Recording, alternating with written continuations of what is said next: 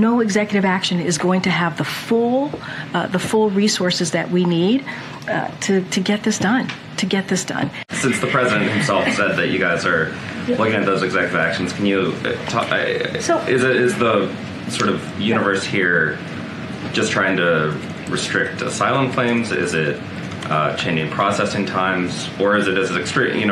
President Trump, when he talked about ending legal travel or legal trade across the border. I think here's what I can say: we evaluate all options.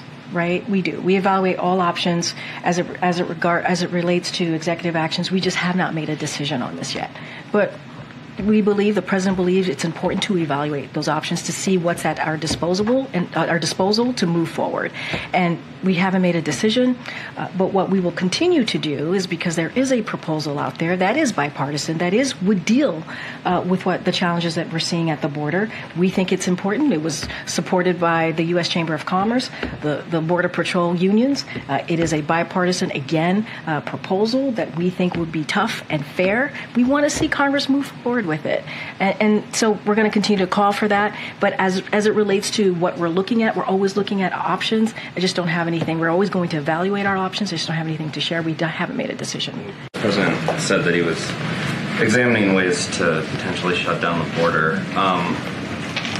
It's a phrase that can mean lots of different things to lots of different people. So I'm wondering if you could maybe explain what the president means when he talks about shutting down. So I think the bottom line with all of this, and I've said this many times, the number one way to really deal with what's happening at the border is to move forward with the bipartisan agreement proposal that came forward out of the Senate, and that obviously was rejected by Republicans because of what the former president told Republicans. That we're always going to look at executive actions. We are, and we have been, but really, truly, to move forward, we have to make sure that we get this proposal done.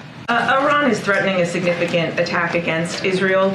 With all of the U.S. assets in the region, will the U.S. provide assistance in thwarting this attack? How is the U.S. preparing to respond? So, look, you heard from the president directly yesterday. He mentioned this at the top of his press conference and laid out our concerns, certainly, about these threats that are being made. And he made very clear as well that America's support for Israel's security is ironclad, especially against these threats that's coming from Iran and their proxies. And so the president made that clear as well when he spoke to President Netanyahu just last week, as I mentioned moments ago. I want to be really careful. I'm not going to get into operational procedures from here. Beyond that, we've made ourselves very, very clear. The president made himself very clear just yesterday. And so just don't have anything else to add beyond that. But we certainly have done joint strikes against Iranian proxies in the recent weeks and months. Should we be braced for joint strikes against, in response to an Iranian strike against Israel? I want to be super mindful. I don't want to get into hypotheticals here. What we have made very clear, obviously we've seen the threats